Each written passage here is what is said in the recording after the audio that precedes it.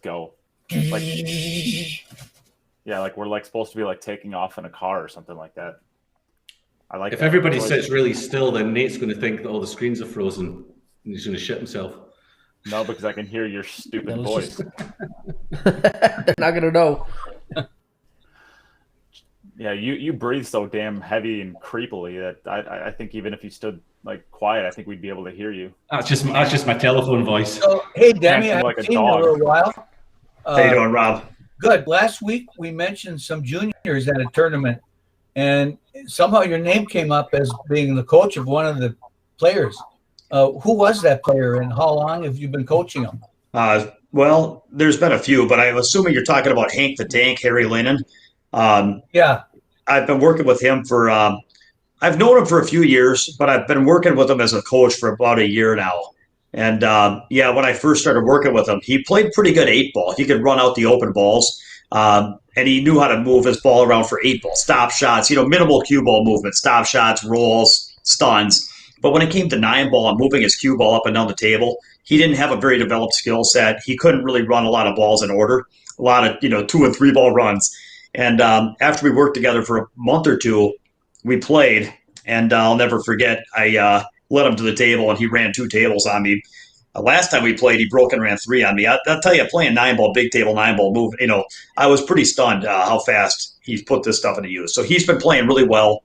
He's not the best necessarily in the country. There's a few other really good players, from California and, South Dakota too. But anyway, but he's one of them, and I think he won the BEF out there, so pretty proud of him. Yeah, he won the 14 and under. Congratulations, buddy. It's pretty cool stuff.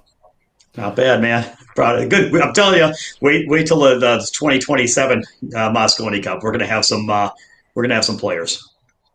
Do you think some players, you better players coming out of South Dakota has anything to do with that's where Shane is from? Notoriety. And maybe. I mean, I'll tell you what. I've got one. There's one from South Dakota, Eddie and Vondrow. I think his last name is just. I have to make sure I get it right. He's 13. He plays extremely well as well. Really good, really crisp. Very good firepower. Very stunning what he could do on the pool table. And I worked with him too. And he won a. I don't know if it was VNEA. I'm sorry, I can't remember which one he won. He won a tournament out there too somewhere, and I'm mixing him up now. But anyway, he wants to be on the Moscone Cup, and I believe he'll get there. And so he's 13. So that's 2 13-year-olds. And then there's the one from California. Now I'm on the spot. Is it Adrian Prasad? Is that right?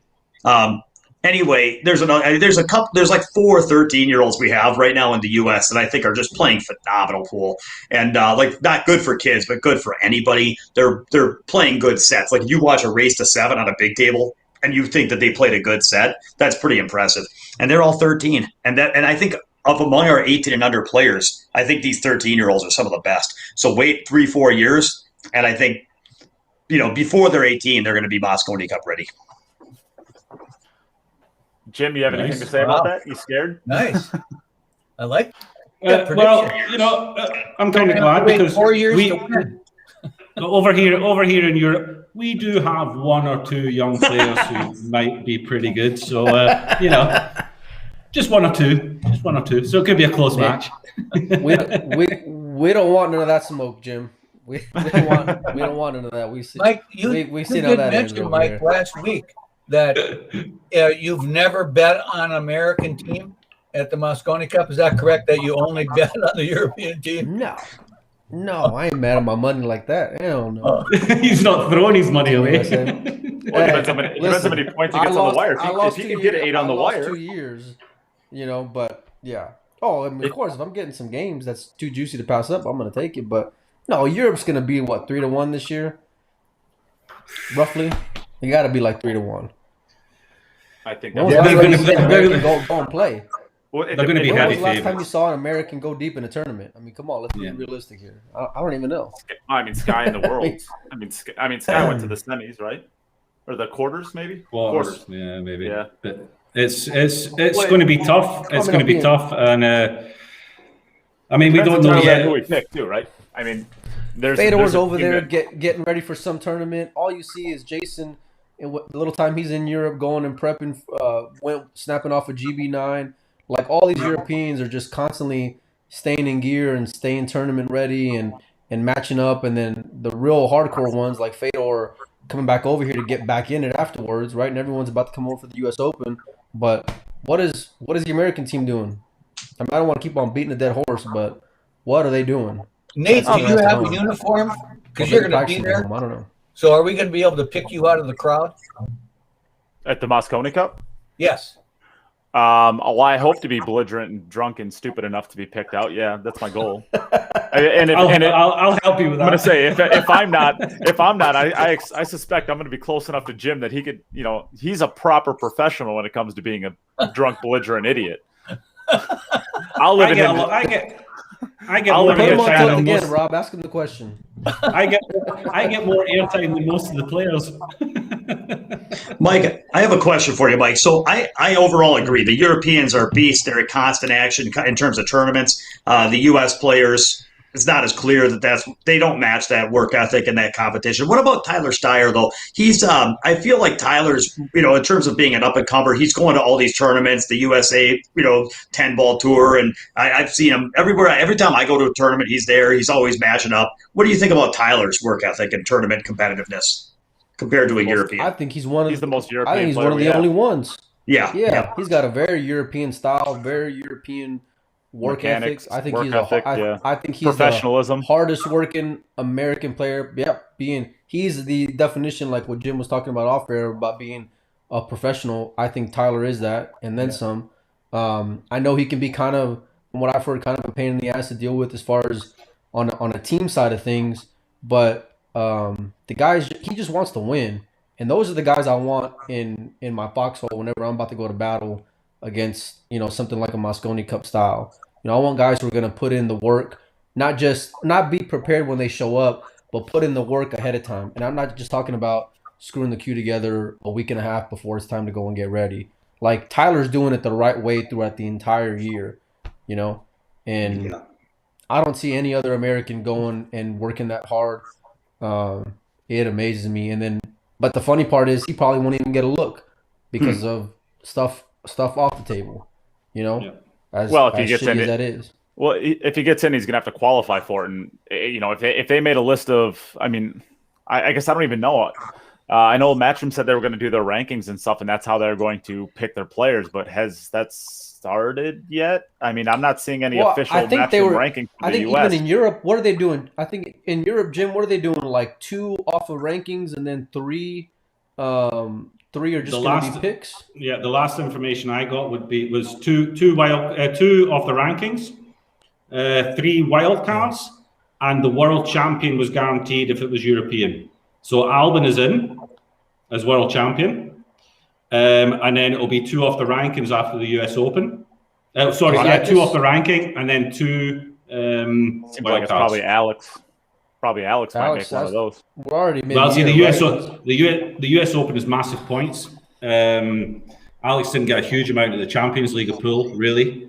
Kachi will be up there. He got a final at the Champions League pool. So if he goes deep in the US Open, is he going to be able to make it? He's missed the last 2 Matchroom events. Well, I think of visa issues, right? Yeah, because he doesn't know how to organize a visa. Apparently, yeah.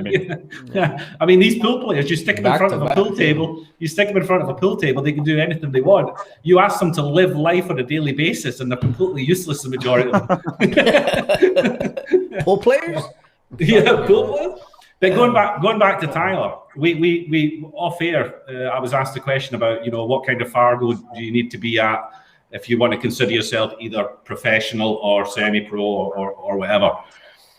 Tyler might not have the highest Fargo out of all the players that you would put in the mix for a potential spot on Team USA. But one thing you can guarantee is at any situation that he's in during that match, he's going to give the best he possibly can. And he's going to play to that Fargo or slightly higher.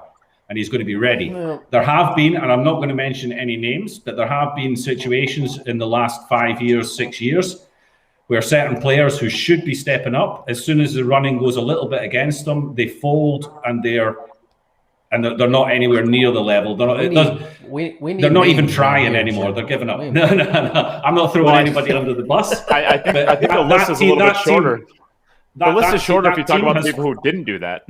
Yeah, that team has fallen apart as far as giving it their best shot in a few of the additions. After day one, things go against them. It doesn't go quickly for them in day two. They don't get quickly into it, and then the heads just drop, and they're not interested anymore. And the one thing you can guarantee from Tyler is that won't happen with him.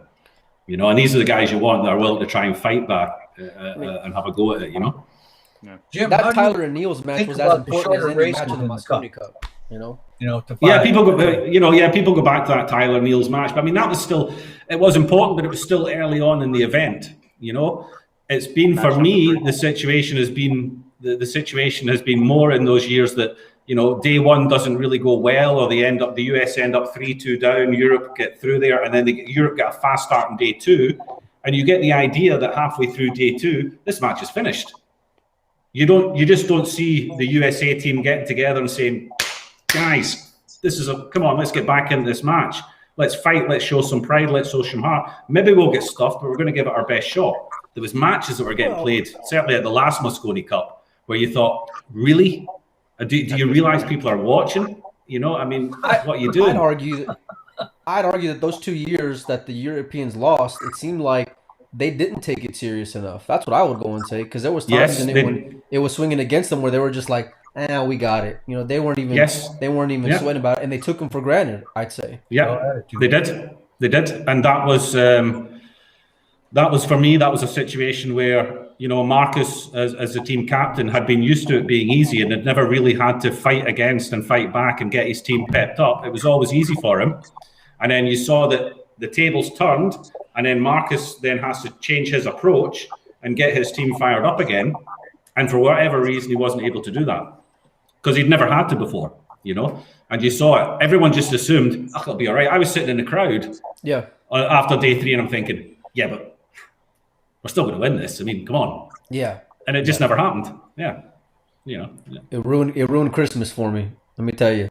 No, it ruined Christmas for your girls. This is how much they don't want Tyler on the team. They pick Corey. Bergman gets out and they bring in Corey. Tyler was ready. Tyler could have passed the COVID test and hopped on a flight to Europe. It's politics. I mean, but the kid should have been in there, in my opinion. Yeah, but there's also we could beat this horse every single time we get on these podcasts. It is a hot topic. I think we all have the same kind of opinion on it. That they're not picking the right team. For whatever reason, they're not putting they're leaving people out. There's people that are being kind of discriminated against. Certain people are actually calling names out and saying these people will never be in the team again and stuff like that, and it's wrong in my opinion. There's part of me that almost hopes that all these players who have actually been named and who are obviously not welcome, that they are the ones that qualify, and then they don't get the opportunity to leave them out, kind of thing. I don't know. Well, there's a couple players I wouldn't mind seeing make it. There's also a few that I think are banned for a good reason and should not be on that stage. Absolutely. There are, and again, I go back to this whole professional thing. There are players that have been in the Mosconi Cup over the years that do not take it seriously. They see it as a free paycheck. Even if they lose, they're still going away with a paycheck, kind of thing. They're getting on TV. That's good for their sponsors, but they're not good for the game, or they're not doing what they need to do. They're not backing it up. They're just going there for 4 days in a year, and then they bum around for the rest of the year doing nothing, hoping they get invited back the year after. And for Team USA, that went on for years. I mean, Johnny Archer even mentioned it, and Johnny's not one of these guys, let's just say, but Johnny Archer even mentioned it, that back in the early 2000s, he said he knew he was in every year. So he was just waiting for the phone call. It's like, I knew he was going to be in every year, and Shane's had it. He knows he's going to be in every year. I'm not saying that he's not professional. He's one of the guys that he keeps his nose clean and does the right things. But if you have a situation where you have a Team USA where you're only talking about every single year, you're only talking about a maximum of 7 players. There are always going to be players that know. Sky knows he's going to be there again. Doesn't matter what he does. Sky could lose an arm and go blind in one eye, and he'd still get in the team this year. He knows he's in. Yep. Mm-hmm. It's unfortunate. Nobody in the European team knows they're in. Filler probably feel like he's going to be in every single time. Jason, well, Albin knows, but he didn't before the World Championships. Yeah, Albin has missed out. Yeah. Albin has missed out in the last few years, you know. But he worked his ass off, like he earned it though. It's not like he's resting on his laurels. He won the CLP. He won the World Championship. So I mean, it's not just where you're sitting on the couch and you're just like, I know that phone's gonna ring. Yeah, exactly. So Team Europe, every single year, Team Europe are going in there ready to play because every single player knows they've had to work their ass off to get above all these other great players who thought they were going to have a chance. Whereas Team USA, like you said, where are they? What are they doing? You know, we haven't seen much of them. You know, we see Federer in the States. We see all these, you know, what Team USA doing? Because they don't seem to have to really, or a number of them Federer don't really plays seem to more have to tournaments prove. in the States than the American team does. Yeah, because it's free money. Besides Tyler. Yeah, it's free money. Yeah. Free money. Yeah. Tyler went deep this week, and I don't know if y'all saw the Brendan Crockett, but Tyler had a bit of a run. Yeah, we're going to talk about that. So actually, why don't we jump into that now? We'll use that as a segue to jump into this. We'll talk about the Brendan Crockett really quickly because the field was absolutely stacked from top to bottom. When Jeffrey DeLuna doesn't cash in a tournament, you know it's pretty strong. So first place, James Aranas goes undefeated throughout the tournament. John Mora, you want to talk about like just absolutely running through a field. He beats – we'll talk about his in a second because I think he's kind of been off the radar a little bit since COVID. I mean, as far as like playing at a lot of these big events, and he crushed this tournament. Tyler gets third place. Carlo Biado gets fourth place. Warren Kiamko and Omar El Shaheen, fifth, sixth. Shane Van Boning and Corey Deuel, seventh, eighth. And then Roberto Gomez, Ian Castillo, Eddie Geronimo, and Sean Turgett, 9th through 12th. Pretty strong field for, I guess, a $10,000 added event. That's a lot of money added. So props to Oscar over there at Hard Times. But that's a huge event. That's massive. That's a great tournament with a great field. Yep. So. And I guess talking really quickly about John Mora quick. I know on the B side, well, I'll get to it, but I guess is looking at the top 12, is there any surprises that you guys are looking at seeing, you know, this person should have placed higher or this person had a great tournament? Any overwhelming thoughts? Just real short. It's pretty obvious. I'm proud of James. I mean, for winning the thing. It just seems like Nate and Rob, it seems like about a year ago or a year and a half ago, we were talking about like, hey, James is playing so good and how come he doesn't never get there and when's his time? And then all of a sudden, like he made the finals of a Predator 10 ball like a year and a half ago. And then lately he's been playing just better and better. You know, of course, I was down in Virginia, I don't know, 6 weeks ago. He won that tournament down there, you know, beat Alex in the finals and kind of played really, really well. Now he won this thing. And, you know, this is no – World Championship field or U.S. Open field.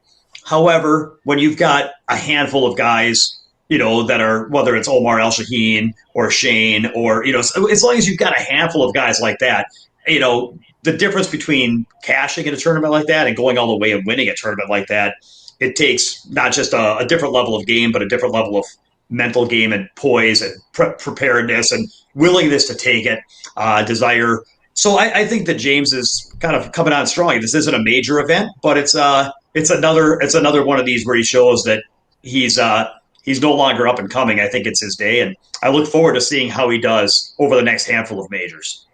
And I'd be curious, Jim, you know, how do you think James is stacking up against the Europeans in terms of if he was to play the U.S. Open or some of these big 10-ball events? Well, for me, he's always been one of these players. I mean, you talk about, you know, he's been getting deep in tournaments but never quite snapping one off, and it was all a matter of time. And when he does that, for me, that comes down to consistency in tournament play. You know, because if you listen to, you know, the names that Nate reeled off about who he'd have to beat in the final, who he'd have to beat in the semi-final, who he'd have to beat in the last 8, to win a tournament like that, you've got to go through probably 4 very, very strong players that are all capable of beating you to get that far. And I think with somebody like James, and it happens with most players while they're coming through the ranks, you know, they'll throw in that one bad result and that's that one bad match within those 4, and they're not going to get past somebody like a Shane or a Tyler or or an Al Shaheen. But he's managed to do it this time. Tournament play is all about that consistency. How he would stack up in Europe, very difficult to say. He'd have to come over and do it. You know, I think a US Open is wide open for a lot of players. US Open's all about how you handle the venue and the tables. You know, they playing on these. I mean, under those under the matchroom lights. You know, if you start getting deep into tournaments, there's going to be a lot of players like James who haven't done that before, and that affects a lot of players. And a lot of players handle it very easy. You know, and you think, wow, they're playing as if, you know, they're playing on the club table. Other very, very good players struggle a lot. So now that the US Open is going to be that kind of arena, it's going to be quite intimidating for a lot of players. But he's got the talent, he's got the ability, you know. But a lot of players have got that. You know, he needs to get the mental side of it down. He needs to get his consistency, and he needs to find that level and keep it there. You can't be throwing it in a US Open, even in the last 32. You're going to come up against a player who's going to punish you if you make mistakes. If you don't bring your A game, you're going to get punished, and you'll go out very, very early in that tournament. He's one of many, many players that can go deep in that tournament. Can he win it? I don't know. Who would have said Al Shaheen would get to the final of the World Championships? You know, Who would have said? But he handled it. He was the guy who benefited from other players dogging it in that arena. You know, he dogged himself. Get a shot on the TV table to the end. Like, he stayed off the TV tables. Who would have known? Who would have known how he would have gone and responded playing in that earlier on? You know, would he have been able to go and keep that mental toughness? You know, if it would have been earlier on. But maybe that was an advantage for him. Who knows? Yeah, he got his semi. Maybe because you saw in his semi-final, he struggled in the beginning of his semi-final against Snigoki, against Oliver. I can't pronounce it. Now, if he'd done that earlier in the tournament, let's say he got drawn against one of the big guys who played that on that table and in those things, like a Jason or like a Shane, you know, even a Fedor. If he played like that, they would have ate him up on that table. But Snigoki also was his first time, so he got away with it. He got away with it against Melling. He doesn't win that match against Melling if it's on the TV table, in my opinion. Yeah, I was going to say, to be fair to him, you don't know how he would have handled but Chris can kind of be we think he would have. I believe, based on how he handled, but it's also a semi-final as well, so that puts the extra pressure on as well. But the table did play different than everything else. Again, you've got to have it up here. They've all got, so many players have got it in their arm, but it's what you've got up here that will dictate whether or not you can snap up one of these big tournaments. And it's going to be the same guys are going to be the favourites again, as always. But there's always somebody that comes through that goes deep that maybe people weren't thinking about. Why not Aranas? Why not? Well, I think my quick thought on Aranas is that I think that he reminds me very similar to Kazakis, which is I don't put Aranas in the same category as a Filler or a Fedor, the top. But I do think that he is in that category of guys that are just that one tier down. And when we look at Kazakis, we look at someone who for a while had a lot of game and did a lot of things right, but just wasn't quite realizing his full game in terms of results. I think that we saw a little bit of that from James a couple of years ago, and I really feel that James has smoothed out in terms of comfort in these venues and also in terms of just comfort in the finals and belief in himself and just being ready to take it. So I think that the same way Kazakis, drilled Shane in the finals this year, I think that James might be ready to win if he gets opportunities. Now, he's also not Filler, he's not Fedor. If he's playing great players that deny him opportunities, of course he doesn't have to win. I'm not saying he's going to win the U.S. Open. Like you said, he's one of many players, but I put him among the categories of players that are ready to take it if the opportunity presents itself. I no longer think he's up and coming. I think it's kind of the Aranas season, and now he's in the mix. No, let's hear from you, Rob. What do you think? He's definitely in the mix, and I like that. Not the exact same player is winning all these tournaments every single time. It's different. How depth is the field and pool right now? It's different players, and like some are up and coming, some have been there for a while, but it's somebody different each time. And I look at that and I say, Jim said earlier that 750 and up, you think is top player, a top pro, competitive tournament player, and I personally can see, because pool is a game between your ears, like Jim said, and they are, even though they're great at pool, they're all human beings underneath, and you have a life. outside of pool, not just pool. Every player does. Some less, some more.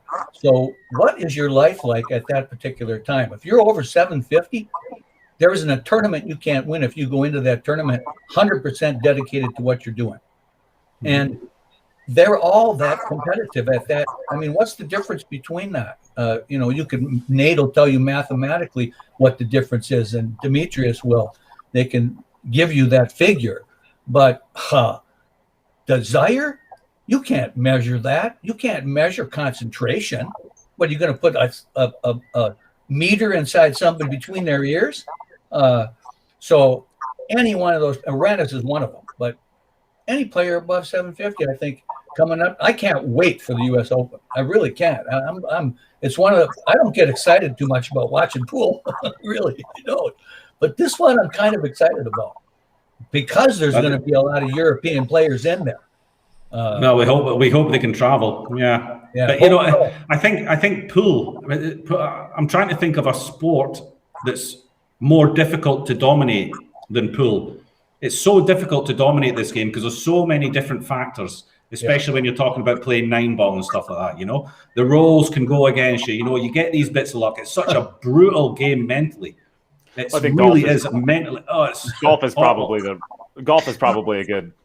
Yeah, the only thing golf is there as well. But I mean, you're. But with golf though, you play for a few days, right? And so you have a cumulative score for a few days. So if somebody outperforms you for 2 holes, right, then it doesn't eliminate. Pool being double elimination. If you get outplayed, you don't even have to play bad. Somebody outperforms you I would think if golf was such that you played 1 hole against one other person, and then you advance, and then 1 other hole against 1 other person. And each of these people you're playing off of is capable of hitting a hole in one, and you got to keep beating them 1 hole at a time. That's different than having a full 18 holes to like average out your score. Because if pool was such that it was like some 20-man round robin where you played 19 matches, the best players would always rise to the top. But when it's double elimination, especially with the rolls and the things out of your control, where you don't always get opportunities to shoot. Golf maybe is tough, but I just think that there's more variance in pool because of the format. It's harder to dominate because of the format. I get what you're saying. My point about golf is only the fact that it's you can't find anybody who dominates it. Every single weekend there's a new major winner, there's a new tournament winner. And by the end of the year, if there's 40 golf tournaments by the end of the year, major golf tournaments, there's probably going to be about 33 winners. And that's I'm just going off the track record of what the golf is. It's crazy how many winners there are, and how many, like, every single weekend a new player comes up. Xander Schauffele just won the Olympics, the Olympics gold, and that's his first ever major win. Yet he's been on the radar for how long as being like the next big thing. I mean, there's just like when you look at, and Jim can talk to this, just like when you look at all these junior players coming up, and I don't even want to say junior, but young players coming up out of Europe, every single one of them are looking for one breakout, and next thing you know, they're the next Josh Filler, or the next Fedor Gorst, or the next Eklanti Kachi, or who knows, maybe now the next Alexander Kazakis. I mean, he's not exactly young, but the idea is he just got his first win. Let's see what the next part of his career looks like. He could end up becoming the next great European player. Who knows? Yeah, and you don't know which one it's going to be as well, because like you say, it just takes one tournament, one boost, and somebody just jumps straight in there and they get this kickstart to their career, and then they're off and running. Or who knows? Maybe it's one Chris Melling who dogs a 3-ball against you, and next thing you know, that was just enough of a spark to give you the confidence in the big moments next time. Yeah. Chris Melling's never supposed to miss that shot after he missed the 9-ball against him in the quarterfinals. Maybe that's enough for a spark for Omar. He's had a good run since. Who knows? I'm looking forward to. I'm looking forward to all these tournaments. I want to see these guys go, and I'm hope every tournament. I have my favourites that I'm looking to get far in the tournament, but I'm also always hoping that by every last 8 there's a new name in there. That you get to learn about, and we get to see them on the TV tables. For me, I enjoyed the semi-final, Omar against Oliver, because I've never really had the chance to watch these guys live. So it was great to see them. And I want that in every tournament. I want there to be a new face coming through, And I'm interested to see who's going to be at the US Open, because I'm quite sure the last 8 are not going to be, 8 Mosconi Cup players or 8 world champions, there's going to be a couple of surprises in there. That would be a surprise as well. Yeah. So the game makes a huge difference, because I mean, 9-ball is a lot of, you got to go and get the rolls, whereas 10-ball, you tend to have a little bit more, because the break is so important in 10-ball, and you get a real similar layout. And I mean, James is Filipino, but what I heard that a lot of the Pinoys came over here like last minute trying to get out of the Philippines, so that way they don't get stuck over there on lockdown. So I think that's why we had a big wave of guys all come in at the same time. So for him to show up and kind of last minute, and then essentially go wire to wire, have a strong comeback against Tyler, who was breaking phenomenal, and with James, I mean, Jim and Demetrius touched base on it. It's mental with James. He's got all the ability in the world. It's all here. Go look at his match against Kevin Chang if you don't think it's mental. I've talked with James about this before. Sometimes it comes in waves, but the more that he'll go and play, the deeper that he goes, the tough opponents that he goes and faces, it'll continue to build him up over and over again. I know he had a real tough match that I think was a classic, the first U.S. Open that Matchroom had against Niels, if I'm not mistaken, because that was on a TV table. I was about to book a flight, and that thing ended up being just a barn burner where he came back. But James is, 9-ball, you got to get a lot more lucky, which I guess is what makes Filler's run so special, right? Because he wins a world championship and then a U.S. Open. That just knowing how much tougher 9-ball is, and then to still have a run like that. But Dodon, with that break, he can be top 3 in the world, top 4 in the world. But he's got to get it. He's got to get there here before anywhere. So and of all the games, 9-ball is the most mental. It is the most mentally challenging, because you are going to see things happening. It looks like the easiest game to play, because you've got a wing ball wired, but mentally sitting in your chair, if you're watching some of the crazy stuff that happens on the table, that your opponent's getting rolls, for you to then get up in your next one and it not affect you, that separates the men from the boys, and that's where it becomes a real war of attrition. Some of these matches, it's not. People say it's outdated and it's a dead game and everyone should be playing 10-ball. I don't know what you're not seeing, what's going on in people's heads while they're playing. If you played the game, then 9 on the spot is a different game. Doesn't matter. But it doesn't matter with the template. I played a tournament this weekend, and I was playing a 700. I was playing a tournament this week. I was playing a 700 Fargo player, and I was in a race to 5. I was down 4-2, and I got back hill by basically him making a couple of mistakes and allowing me to the table. And I break the balls, have a straight in 1 ball, and a straight in 2-9 combination. He did not leave his chair after that for like 6 minutes. He just sat there and just stared at the table for like 6 minutes because of I mean, that's 9-ball, right? I mean, the idea is you make one mistake and it's like the gods punish you for making a mistake in a rack, and you gotta sit there and watch your opponent break the balls on hill and have a 2-9 combination wired. It's just not it's not fair. It's a terrible game. It's hard to fade. But that's it. And then you look at something like the World Championships when it's winner breaks. One of those bad rolls goes against you. It doesn't just cost you 1 rack. These guys go up there and they put a 3-pack on you, and you think, geez, that little roll there is just, I'm 6-2 down when I had one bad roll. I'd have been 3-2 ahead. Now I'm 6-2 down. That gets in your that's tough to battle against that. Yeah. So I do want to highlight really quickly. I love watching them sweat. How did John Mora? Who did John Mora play?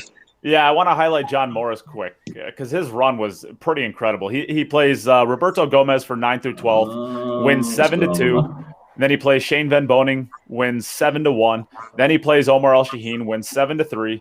Beats Carlo Biado on the hill 7-6. Beats Tyler Steyer 7-5. And then loses in the single I'm assuming it's a single elimination final because it was a race to 11. But he loses to James Aranas 11-7. But that's a pretty. Jim can't hear us. Jim apparently can't hear us. Well, that's a pretty strong run. I just figured that's you might be. I'm maybe we'll try back this. out and come back in. Yeah, no, John had a phenomenal. I think that's a pretty strong run. It deserves some highlighting. I think that's pretty good. Yeah, listen, you beat Carlo Biado, you beat Shane Van Boning playing 10-ball. That in and of itself is is a feat, and it shows that it wasn't just fluky. But I mean, 10 ball with with the template, and we ain't seen John in a minute. So for him to go and show up and have that kind of performance with some top tier players just shows exactly what he's capable of. And one of John's liabilities has been his 10 ball break. So to see him go and perform like that, handle pressure and take down those games is we can give a huge. shout out to Brian Brown because he was talking about in the comments. He actually said that John Moore was soft breaking and kind of out moving players. Right. I didn't watch it. I wasn't able to watch any of his matches, but that's why not? I mean, he's been playing a lot of one pocket. He's probably working on his game moving stuff. So yeah. Well, you see that in fights though too, right? You see that if you watch a UFC fight, you're not just gonna see guys going and just throwing haymakers every time. There's different styles. You got to go and adjust depending on who your opponent is. Rope-a-dope, baby. Yeah. Rope-a-dope pool. Oh, you got to like it. Yeah. All right, guys, I'm going to have to bow out, so I'll let you guys finish it off. Thanks for letting me participate. All right. I'll catch you guys next week. Yes, sir. Bye-bye. Jim, can you hear us, Jim? Something going on with my earpods. Can you hear me? Yes. Yeah, we can hear you. All right, then I'll take the earpods out. All right, so let's move on from this and let's discuss very briefly the Iron City Open. Another pretty good field. Looks like Tony Chohan wins the 10 ball over Roland Garcia. Dennis Arcoyo and Josh Roberts get third, fourth. So the 9 ball that they had was won by Dennis Arcoyo. If I can get this thing to work, why won't this work? Come on, you can do it. Dennis Arcoyo beats Josh Roberts in the final, so we have a Josh Roberts sighting. This is the first time I've seen Josh in a while. I got yelled at for not including him in the Mosconi Cup discussion, and I don't think that's. I just don't think that Josh doesn't travel enough. I mean, I don't think it's a talent thing with that. I just don't think he travels enough. And if you're not going to leave, you got to be Justin Bergman talented if you're not going to travel ever and still make the team. And I don't think Josh Roberts is quite on that level. But, I don't know if you guys have an opinion on that or if you want to have an opinion on it. But, well, yeah. I mean, Josh plays good 9 ball, but you got to play, you got to play great 9 ball and you got to be consistent. But Josh can put in the work too. I mean, I've been in plenty of tournaments where Josh is at where, he's hitting balls from 9 a.m. and then you fast forward 14 hours later and you'll see him in the back of the tables behind the final table going and still hitting balls, and that's just the way Josh is. He can be a machine at times too.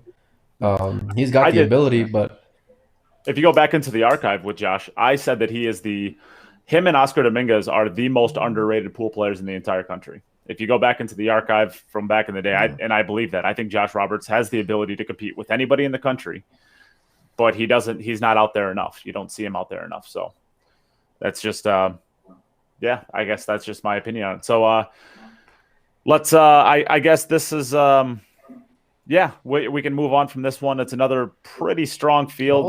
Give my man Tony winning a rotation tournament, man. Give him a little bit of love. I did.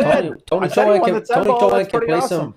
I know, but you got to give him some love. Not just, you got Roland, who's been to the finals of a world championship. Well, yeah, I was just about to say. I was going to say. And Manny Chow's in the field. Jonathan Hennessy. Yeah, Manny can play some banks too. Tony's got a real underrated rotation game. I mean, I've seen him go and beat like Jeff 9-2 playing 9 ball before, a few times. So he can go and get there. He's not just a one trick pony. Right? He's pretty young. Tony is, no, like in his mid-40s. Oh shit! I thought you were talking about Manny. Oh yeah. No, I was talking Manny's. about Yeah. No, shout out to Tony. I chatted with him for a little while yesterday. He's going to be coming on to the podcast next week to talk his one pocket matchup coming up. So you guys get to look forward to that. Nice. And he said he's feeling real good with his game. It was kind of interesting. Well, I'm not going to ruin it because I'm going to ask him this question when we do the podcast. But his breakdown of where he sees the match with Alex is really interesting. I think one thing that you don't get from Tony, I think he's a little bit more quiet than, or I think he's pretty quiet, but he's a lot smarter. He's a really, really smart dude and he's super smart when it comes to the game of pool. So I think a podcast with him is going to be pretty cool. I think you guys are going to get really good to see. He's a mover. Yeah, definitely. So, that'll be, I guess that'll wrap that one up. They also had a one pocket, but there's only 6 people. So there's not really, and they had a banks too, but there was very limited fields for that. So let's move on to the big topic this week, which is going to be Sky and Carlos. It is beginning, I guess, in 2 days. It starts on Friday. So it's Friday to Saturday. It's going to be streamed by Omega TV, and it's going to be a race to 100, 9 on the spot, 9-ball, big table. So I guess, I don't know, Rob, you want to start with this one to I will comment about the 9 on the spot. I like that. Then you don't have an automatic. It at least makes a break. Although I'll tell you this, with how good Dennison chain looked last time, it was an automatic. Well, they did get good but it wasn't exactly the same ball in the same hole every time. Yeah, and it's a lot harder to control that 1-ball and 2-ball. Yeah, so whichever one you decide to try to make. I like to see that in more that kind of a rack with 9-ball. That's all. Yeah. Who do I like in this? Well, just your thoughts about it. Yeah. Well, I didn't know I was going to be put on the spot. Oh, come on, Rob. How long you been on the podcast? So, well, I know what you try to do because you do it to Jim all the time. And no, I make fun of you significantly less than I make fun of Jim. Oh, well, okay. I'll admit to that on the air. Yeah, in public, right? Well, let's hear Mike. What are you thinking? Yeah, I mean, Carlo's been going deep in a lot of events lately, and we've been seeing him a lot. He's a world champion in 9-ball, but I mean, I know a lot of people like Carlo, and I do like Carlo in this matchup, but they forget, man, Sky's got a pretty devastating 9 on the spot break when he gets it, whenever he gets it going. He's won Derby City in that format. People forget he was also up on Dennis whenever they played. I mean, all they saw was the end result, but day one, I think Sky was up something like 8 or 9 games on Dennis going into day one whenever they first played their 9 on the spot matchup, and people would consider Dennis right there, seeing as how he beat Shane 2 times. So I think he took third in the International Open. Yeah, in that format. So I think it's going to be a good matchup. I don't know how much Sky's playing. I know that when it comes to playing like tough competition, obviously Carlo's been playing more because we've seen him around the country. So we'll see how much difference that makes. But I like Carlo. It's tough. Filipinos go and grind hard. So I'm going with him. Oh, you're going to take him in the match. What do you like for the score? No, it depends, man. I mean, Sky's got heart. He's not going to quit. But I don't see Carlo going and letting up. You know, I'd say it's around 12, 14 game spread, somewhere around there. You know, I think Sky stays in it, but I just think Carlo gets the job done at the end of the day. And I just hope it's competitive, period. Go ahead. Yeah. So, Jim, as the resident European who hates gambling, we're going to make you talk about it. Ha ha. I don't hate gambling when I win. I'm kind of having I'm having trouble getting my head around this whole match. I only found out about it yesterday when you called me up, Nate, and said you were going to talk about it on the podcast. I'm still trying to figure out why. There's something about it doesn't make any sense to me. I mean, like Mike said, Carlo Biado, he's a world champion 9-ball. You know, he's a monster. For me, he's in that category of, you know, as much as I love Sky's my guy. You know, he's one of my favorite players, but I just don't see him in the same group as Carlo. I'm kind of wondering who's set this match up, because I make Carlo a big favorite for this one. Like Sky went up against Shane and he got everything he needed there. He got the table size, he got the game he wanted, he got everything he needed. And now, you know, yes, I've seen Sky. Sky does have a decent break on for somebody who doesn't play it as often with the 9 on the spot, and he's played some Euro tours where they do that as well. Carlo's break is unknown for me in that format. I really couldn't tell you whether he's got it down or not, but I'm sure he's going to be practicing it, and he's going to get it down. You know, he knows that you know, if he can get that down. I don't know if they're playing winner break, or I assume it's probably winner break. Yeah. I don't see Sky getting there, and if he does, I don't understand why he's taken this match. There must be. I mean, at the end of the day, it's business, isn't it? And I think I don't see how this is good business for Sky to play this match, because he either loses it or he kills a lot of the other action of players that would be happy to take him on. I don't really understand it. That's an interesting point, because I think there's a lot of players that Sky could be playing that are lower level than Carlo that are going to run if Sky does him at this. What do you then turn around? What do you ask for Sky? You know, if you're a player in that level, just sort of below the Biado, I would say probably Sky's level. If you're a player around about that level, what are you going to ask from Sky? You know, you're not going to give him the 10. You're not going to give him the 7-foot table. You're not going to give him the 10 ball. You're not going to go 9 foot on a. What? You know, I think he kills some of his action here. Yeah, I don't see him getting there anyway.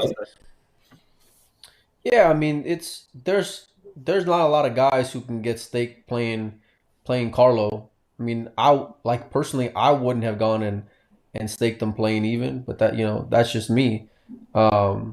At the end of the day, though, I mean, Sky's got seasoning, and we've already seen Shane go and play not on the spot against Filipino before. So, I mean, I guess it kind of makes sense in that regard. But, I mean, there's no rivalry or anything like that. I think it's just straight up gambling, you know. But, I don't think that, like, let's say Sky goes and beats Carlo. Well, is he going to want to go and mess with Dennis again? Because I don't think so. No. But that's it. But I mean, he's already on that same. Like, I agree with what you're saying though, Jim. Like, I think Carlo's in that, like, Anton, Shane, that very, very first tier of pro players. You know, I think Carlo's in there, and then right a hair below it. But it's a small hair. Bottom side of it, but he's in it, right? Yeah, he's on the bottom side of it, but he's in it, I think. Yeah.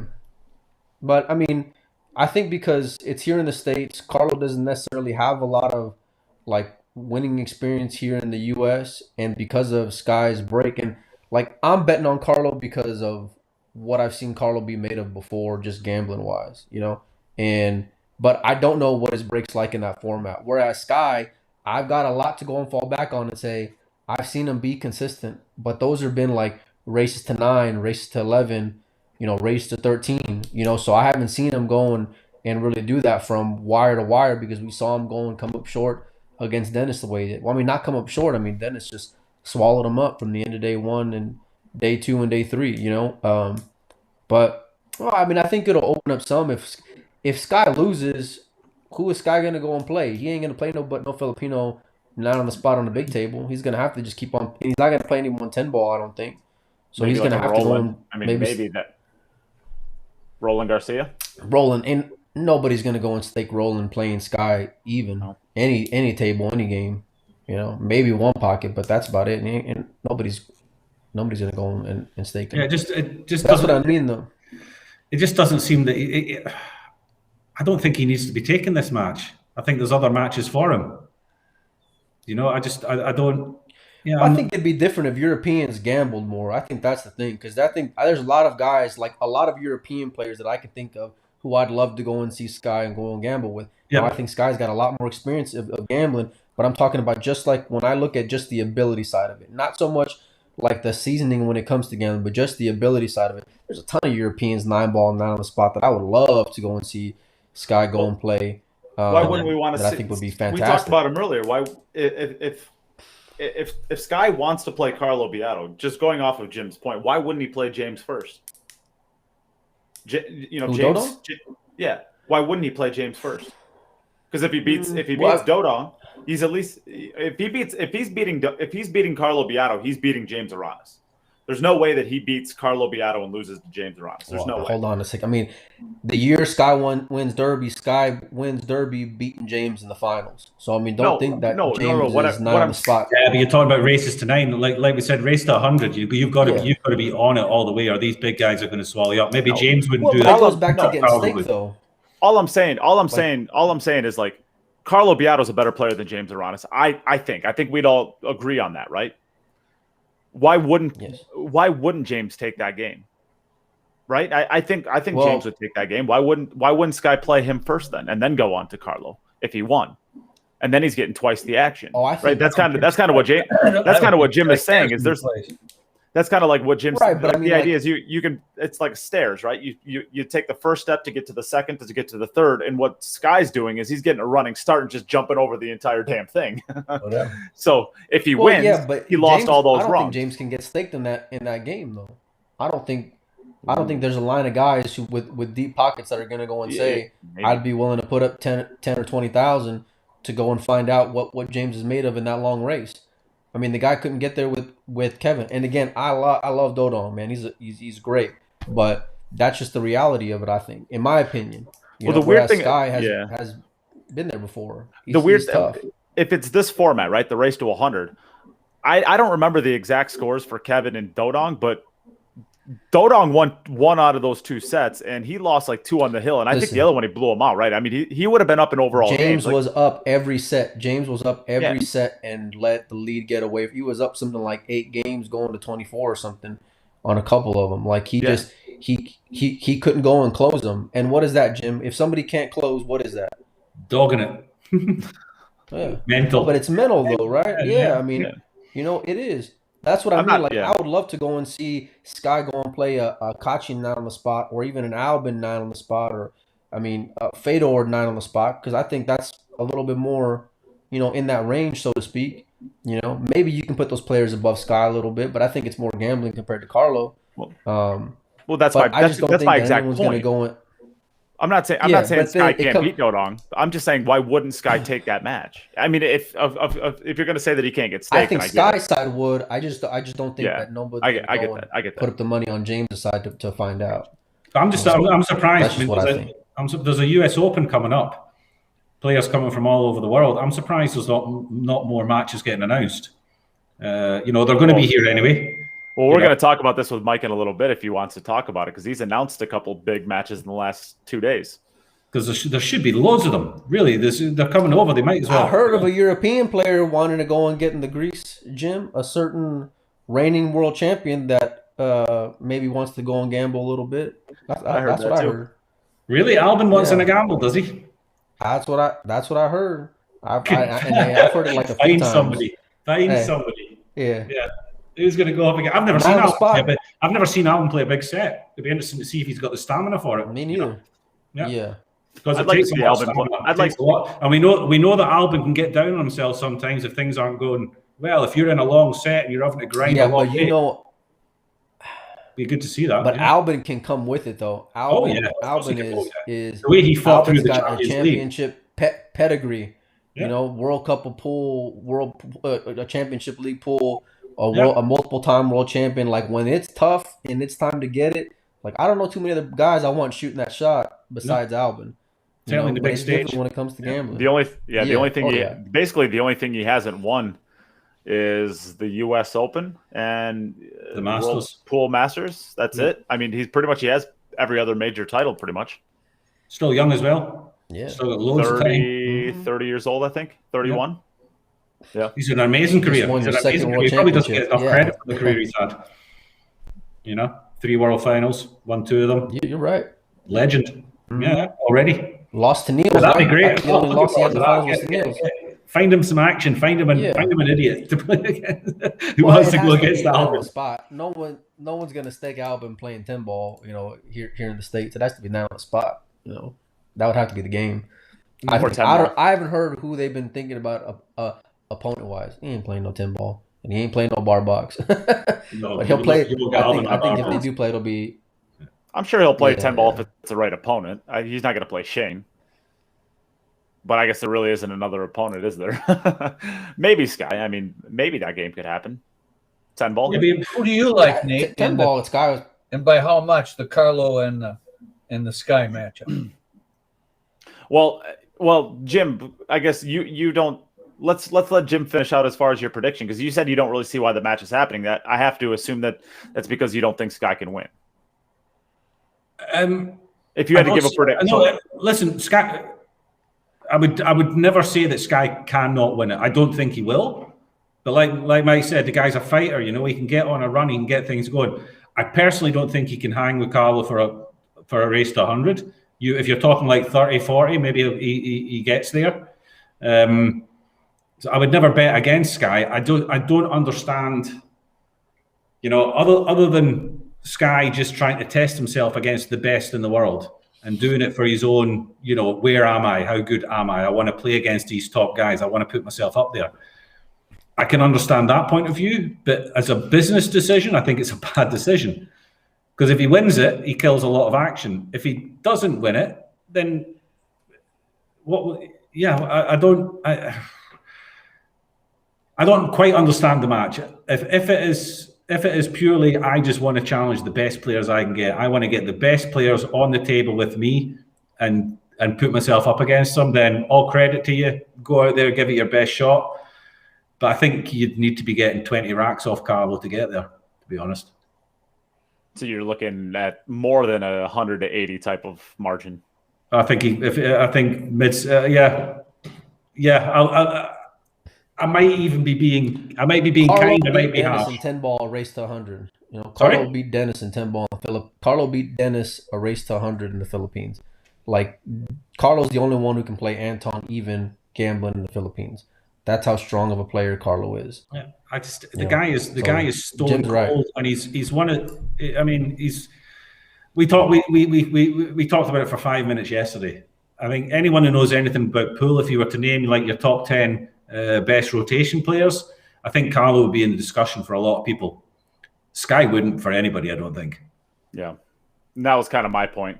And that's why I mean that Carlo is a level above. He's an elite player. Yeah, I think Sky is a champion. He's a fantastic player, but he's not elite. I have to, yeah. And I guess my thoughts on this is I have to assume that Sky was approached by his backers for this. I can't imagine that Sky was going chasing after this game. I don't, Mike, maybe you know, maybe you don't know. Maybe you don't want to say even if you do know. But I have to assume that this is like a backer-generated game. Yeah, I mean, why? I don't know any guys. Like, you'll go and say, y'all talking about a match earlier with Dodong and someone else, I forgot, but like any player would want to go and get in for a swing at winning, 10 grand, you know? Yeah. So, yeah, I mean, if it was proposed to him, and not only that, but I mean, those guys are getting they're gambling and they're getting guaranteed money. So, why would you go and turn down a paycheck and for a chance to go and make money on top of it, And that's But what I was gonna say, yeah. if they're just playing on some back table and no one's gonna go and they're not getting none of that shit, I mean, would he go and get staked? I don't know, but I know a lot of people ain't barking at Carlo Biado. I can promise you that, and I mean in the world, there ain't a lot of people barking to play Carlo Biado. Look, if somebody walked up to me and says, "I'm going to put you in a match against Shane and I'll stake you the full 20 grand," I'll play it. I get completely pumped, but it's not cost me anything. And by the way, we're gonna pay you $5 grand just for showing up, Jim. Exactly, we'll pay you $5 grand. Even if you score a big donut, you'll still get your $5 grand. Yeah, you're going to turn up, aren't you? Yeah. And we'll give a huge shout out here actually to the Omega TV guys, because they do take care of their players real well. I mean, as far as paying them out, from what I've heard, they pay pretty good. Yep. Yeah. Great. I mean, this is maybe the it's one of the ways that you go that it has to go in order to get these big matches coming up. It has to be a guaranteed paycheck for both players. And then they don't care who they're playing against. If they're going to continually get their matches, then winning or losing, winning is almost like a bonus. Losing, they're still getting paid. Yeah. I mean, hold on. Is it right to be like that? Is it? I don't know. Yeah. Yeah. I want to just touch real quick on what Patrick Neal said in the chat. Like, only Carlo and the promoters win. Listen, I'm gonna tell you something. These guys, the fans do, yeah, of course. But listen, the promoters are going and guaranteeing these guys money, but they're gambling too. And what I mean by that is they don't know if they're gonna make it up with these pay-per-view buys. They're hoping they do. Ask them how well they did with Fedor and Jeff DeLuna, and how great those pay-per-view buys went, and whether or not they lost their asses. So, like, don't think it's just a money grab. They're putting their money where their mouth is. They're helping support the players. So, but they're taking a risk as well. But like any business, they're hoping to go and crack a nut.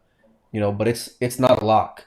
Not everyone's gonna be like Shane and Dennis Part 1, where buys are through the roof. You know what I mean? And people from all over the world are watching. So it's not always a guarantee. Yep. So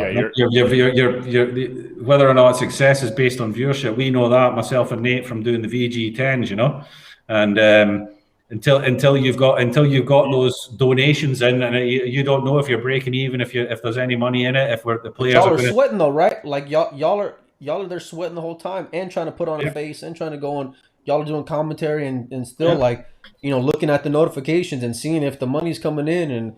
But meanwhile, you've been working your ass off for months on end and coordinating and we're sweating every single match. I mean, ours is like a tournament thing. It's not just a one against one. And we're sweating every match, hoping that certain players get through because we know we'll bring more views. And Nate was actually saying to me, Jim, stop winning your matches because nobody wants to watch you play. You keep putting out you keep putting out our viewership because nobody wants to watch you play. It's just going down and down and down. So it was bad business sense for me to win matches. No, but I'm not going to say that. It is. I mean, and y'all know firsthand, and it's nothing.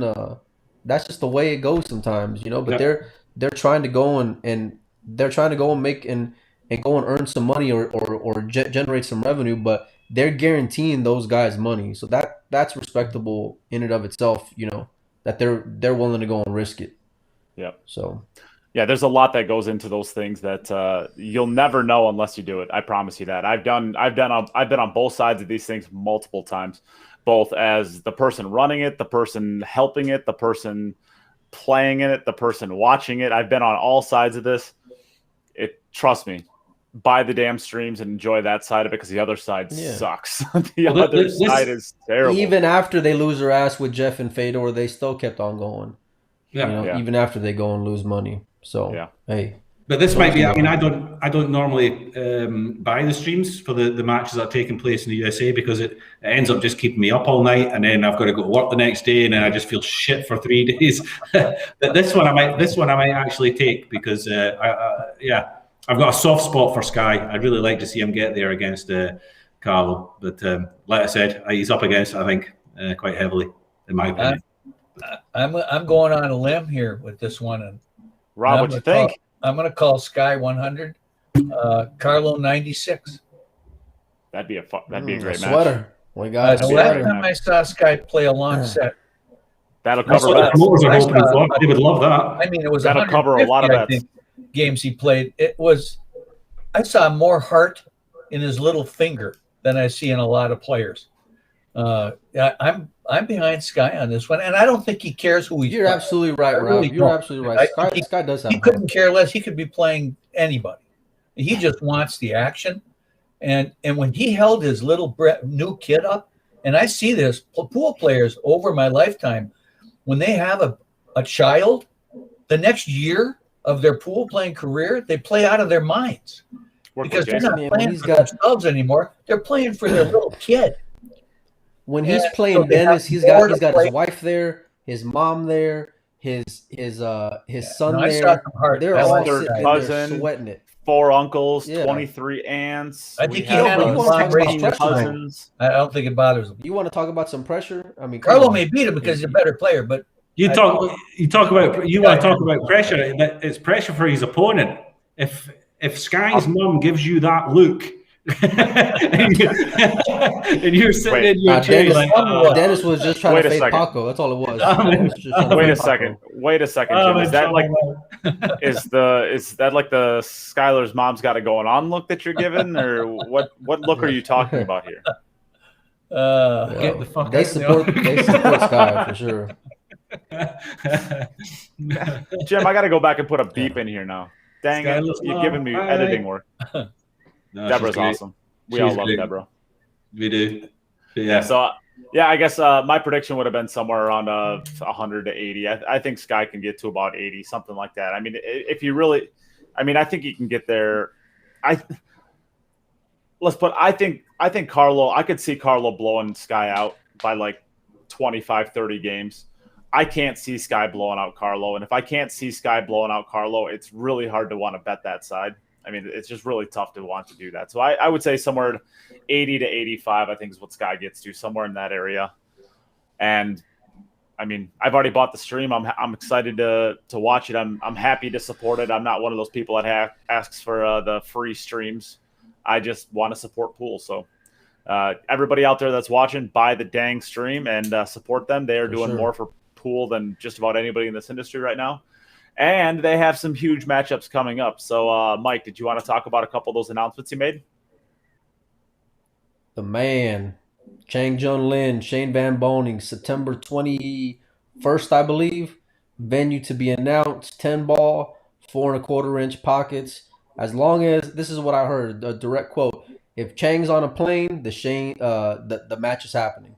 As long as Chang can get on the plane, they're playing. So I know there was a lot of big matches they were shooting for, including another European they were trying to get after that hadn't returned the call, from what I understand.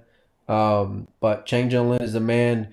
10 balls a game, and I don't know. The last time they played, Chang had his way. I heard 177.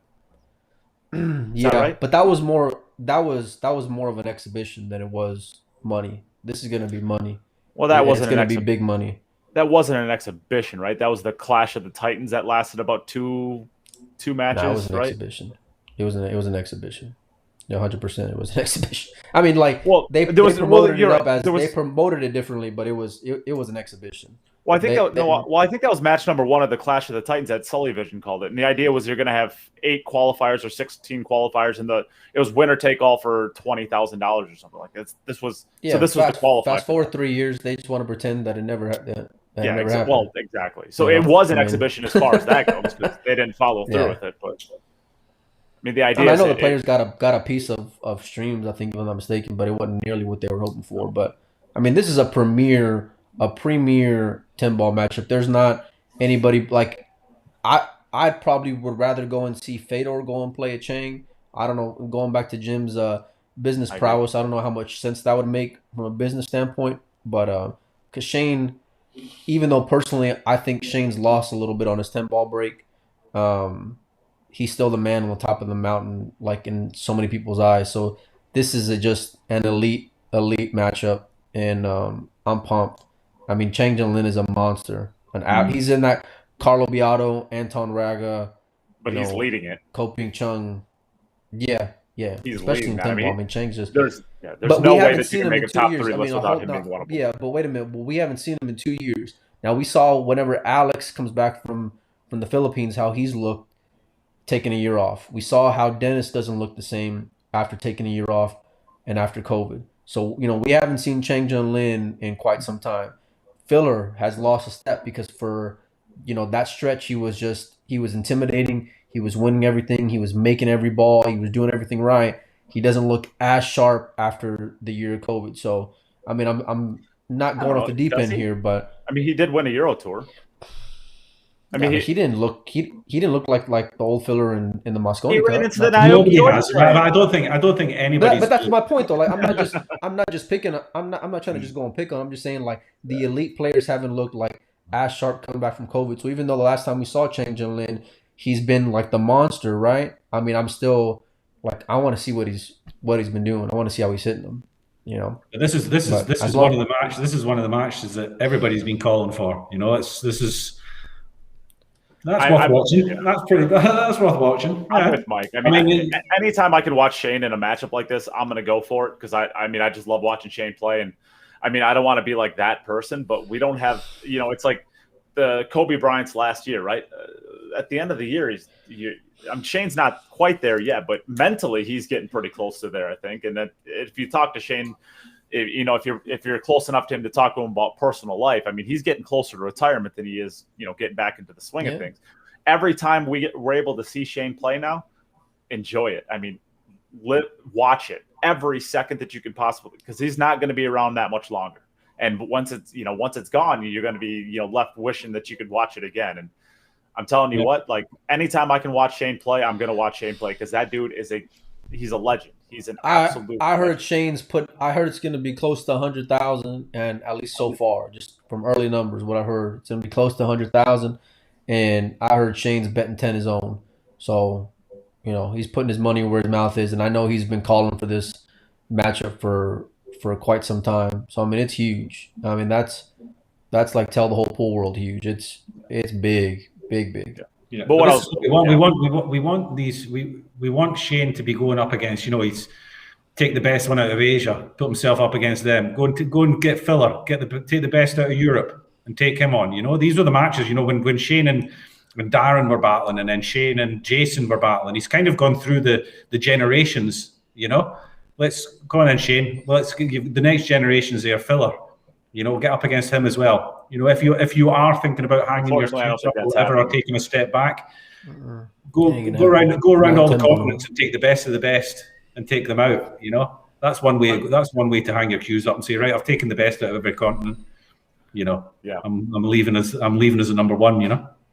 Yeah, I mean, he started in and he took out the best from his previous generation. He took out Johnny and Earl and Ralph. I mean, Ralph is seemingly never leaving. I mean, he's gonna exist forever. I think. Ralph will outlast everybody. Yeah, I think Ralph, like the nuclear apocalypse is gonna happen. There's gonna be like little cockroaches crawling all over the place in like abandoned city streets, and there's Ralph in the corner in the pool Ralph room will just still be running there out from rolling everywhere. balls in, and Yeah, he's still in the corner running out from everywhere. It's crazy how long Ralph is. And Francisco Bustamante, and Warren Kiamco too. Like those three players are like, I swear, you're going to have those three in a round robin tournament after the nuclear apocalypse, and they're just going to be stepping on cockroaches and running out from everywhere. It's going to be crazy. They're like the Rolling Stones. They're never going to die. Shane and Filler. Doesn't matter what you do to them. I think Shane and Filler would be the only bigger match you can go and have right now. Yeah, right. I agree. I think that is the top of the top. That is the number one match. Yeah. I mean, I don't know that the Asian players have the pull that the Mosconi Cup players. I think Shane and Jason again. I think Shane and I'm talking about just moving the wire. Just moving. Well, the only thing I say is I don't know to the casual fan. I mean, the casual fan I think knows who Jason Shaw is and knows who Joshua Filler is. I don't know that they know who Chang Jung Lin is. Maybe they do. As far as like the inside the industry, the people who frequent streams, I think I would agree with that. But I think to the average consumer, Shane and anybody on the Mosconi Cup, I think would still move the needle a little bit more. But I could be wrong on that. That's just my thought experiment. I think just the ultimate matchup, just right now, the ultimate matchup, like Mike said, would be Shane against Filler. The whole Mosconi Cup thing, the new king, that's still fresh in everybody's head. They've got a background to it. There's a story behind it. They are the two guys that you see, on the Team Europe and Team USA, and they want each other. They both want to play each other. I'm sure. I heard Omega and them have been trying. I'm just gonna say I heard Omega and them have been trying to make it happen, and trying and not get anywhere with it. And I don't think and believe me, there's plenty of money on Shane's side, and I'm sure they would have no problem raising money on Filler's side to go and make it happen. So, but if one side ain't returning a call, then there ain't much that they can go and do. But I want to ask you real quick, Jim. How's it looking right now for guys in Europe coming to the States? Because, I mean, it's changing. It's changing on a daily basis. The guys from the UK that are trying to go over for the US Open, there's a GB9 at the same time, and they've booked themselves into the GB9 just in case they can't travel. So that tells you that there's no guarantee that the guys from the UK and also from Europe. I think the UK is in a slightly more difficult situation than Europe.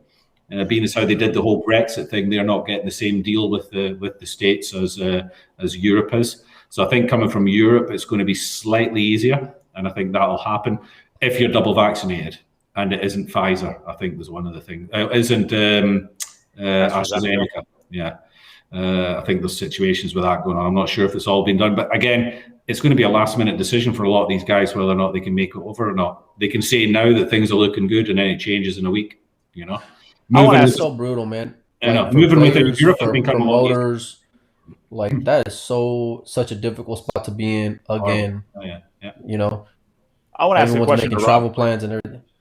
Because we're all like nuts, right? I mean, we're all like hardcore fans. Maybe not Jim. I mean, he's not going to buy a stream. But the idea, Rob, you're the guy that hates. But you're the guy who hates paying for streams. You're the guy who does not want to ever spend his money. You're sitting on like $15 trillion and you won't spend a nickel of it. What is the stream that you It would doesn't buy? belong to me. It's my wife's money. Listen, we're all in the same situation. I got loads of money as well, but it's all my wife's money. I'm busted. Trust me, Rob. I know. I don't have anything of my own. I don't have anything of my own. I'm quite sure that if my wife was to leave me, she'd cut the pool table in half and take half of it. Yeah. God love him. Oh, man. I'd be left with 7.5 balls. You and take half of a every one of your cue sticks. Yeah. Going after everything. Yeah. No, there we are. So, Rob, what You wouldn't match have would you? a staff left in the house. No left. What's the match you'd get up and pay for, Rob? Oh, there's no question. I got Filler and Shane. Any others? I'm paying whatever they want for that. I would pay to see Appleton and Sue K play. A race to 100. That'd be interesting. Honestly, That'd be all right. I would pay for that. So no, You know, there actually, are some. the match that I actually really want to watch? I want to watch Albin Ocean versus Jason Shaw. I want to see that match. I think that'd be awesome.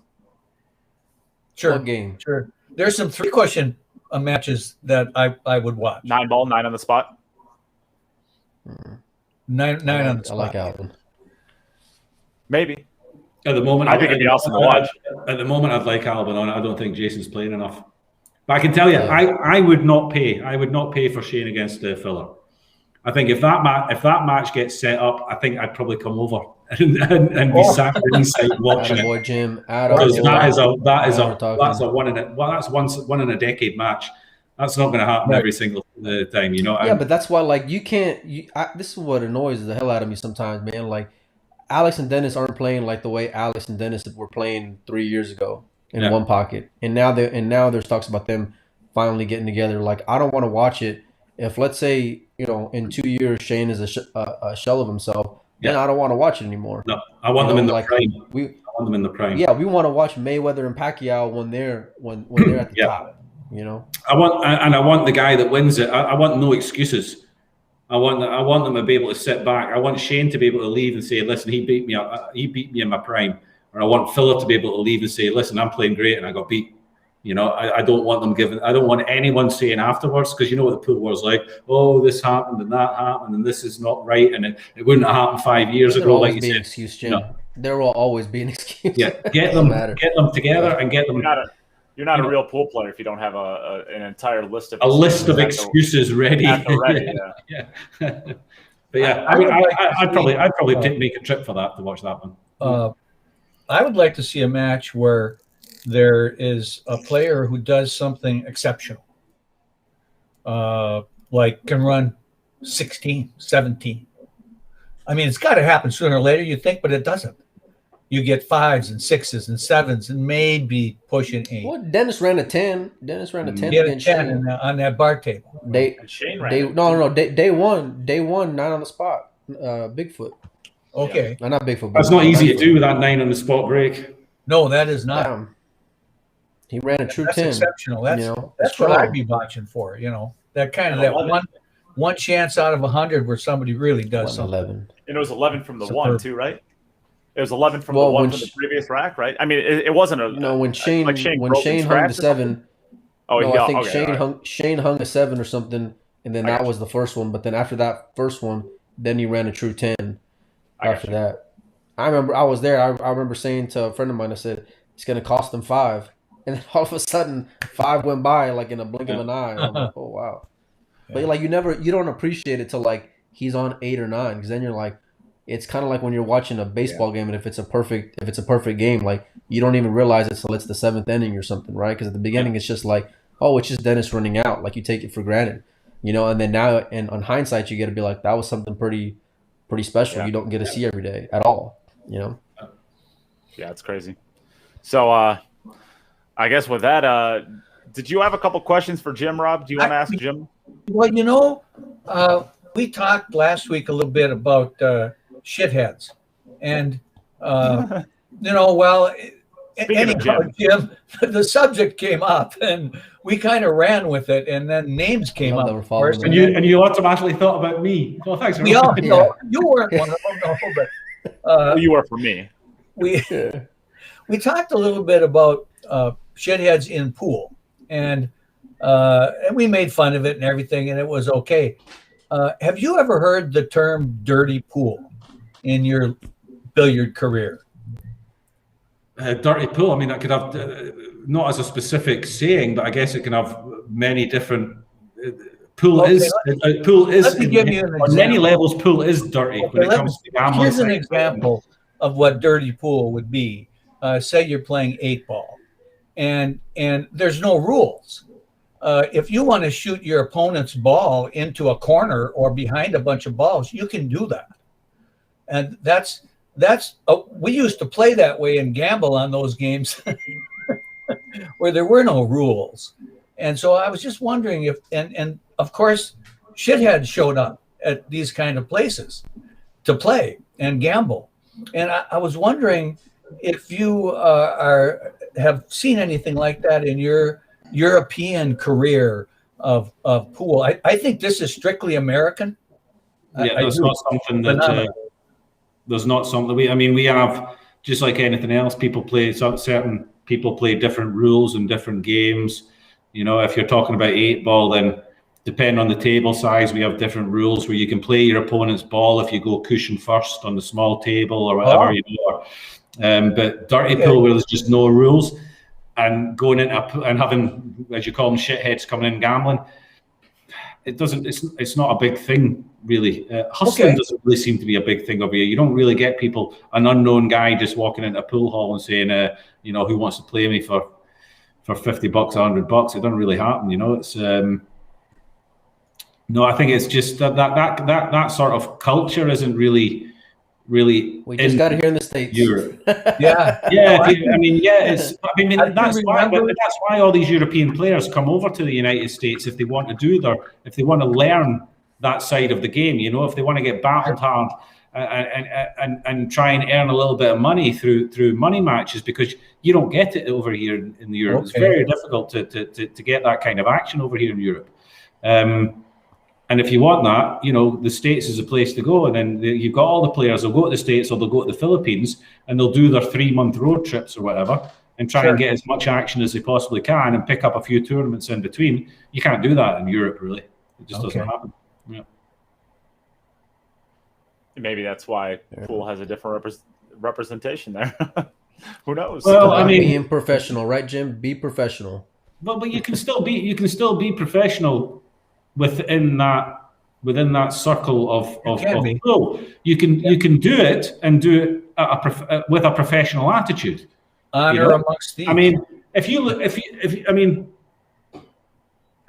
you're not going to get an Albin coming over there. Let's say Albin comes over and does his tour around there. He's not going to be playing in flip-flops and shorts when he's on a stream, you know?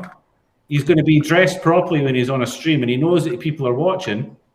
He's going to come over there and he's going to be dressed appropriately. He might not have his full matchroom gear on, but he's going to be dressed smartly and appropriately. He won't have flip-flops on. He won't have his baseball cap on back to front, and he's you know, all this crap as if he's just walked in off the street. He's going to look like a proper pool player, you know, and that's what I mean a little bit about the professional attitude. He can still go there if he wants and do a 3-month tour, gambling and getting action from people. Whether or not anyone will give him any is a different story, but he can still go there and do it as a professional pool player, because it's a professional attitude, and it's how he puts himself forward to the rest of the pool room. When he walks into a pool room, people know, even if they know nothing about pool, when Albin walks into a pool room somewhere, they're going to know that he's a pool player. You know, there's a lot of these players that are very, very, very top pool players. If they were to walk into a pool room over here that was full of amateurs who are just in having a beer, he's just going to end up blending in and looking like one of them. That's not a professional, in my opinion. When you walk into a pool room as a professional pool player, you're at work. Even if you don't have your cues with you, you're there as a pool player, and you should treat it like that, I believe. Yeah. Nice. Can't argue with that. It's a good way to end the show right there. Preach to him. Yeah. This is why we bring on Jim. Certainly not for his looks. Come on. Well, opinions are important. They're like, Just ask my wife. They're like assholes. Jim, I got to bleep so many things because I'm not going to bleep any of them. It's okay. Don't bleep it. It's live anyway. People have heard it now. That's true. All right. Well, we can close it out there, I suppose. That's another good week, another good podcast here. And I appreciate you guys joining me as always. Thank you. Boys. Thanks for inviting me. Nice to see you again, guys. Thank you very much. Rob, you have a very pretty shirt. And I should say I'm gonna record over this and throw it into the podcast. But we actually are we got more apparel, as you can see on my wall back here. So if you want yourself a long sleeve T-shirt for the first time ever, we have them. And there's a comment on Facebook on how you can get those. Rob, that's a short sleeve. But if you would like to get yourself a long sleeve T-shirt, they are 20% off today only. So they're going to be $25. So if you're tuning in and you want to get yourself one of these, reach out to the podcast page. Or if you're on YouTube, send an email to queueituppodcast@gmail.com. Or, I don't know, do something. You're resourceful. You're internet people. You can figure it out. And you can get yourself one. So, with that, let's close out. What Nate actually means is you're getting 20% off. That means the sleeves. So you get a normal T-shirt. No, I'm just gonna take away strip in the back. What you can't see is give you a long sleeve T-shirt, 20% off, so sleeveless. Oh, there you go, Bill. If I can get you to autograph. Oh, you need to autograph one, Jim. What's that? Oh, Bill Laskin says if I autograph one, he'll buy one. There you go. All right. Well, with that, we'll close it out. Thanks, everybody. See you next week. Cheers, guys. See you, boys.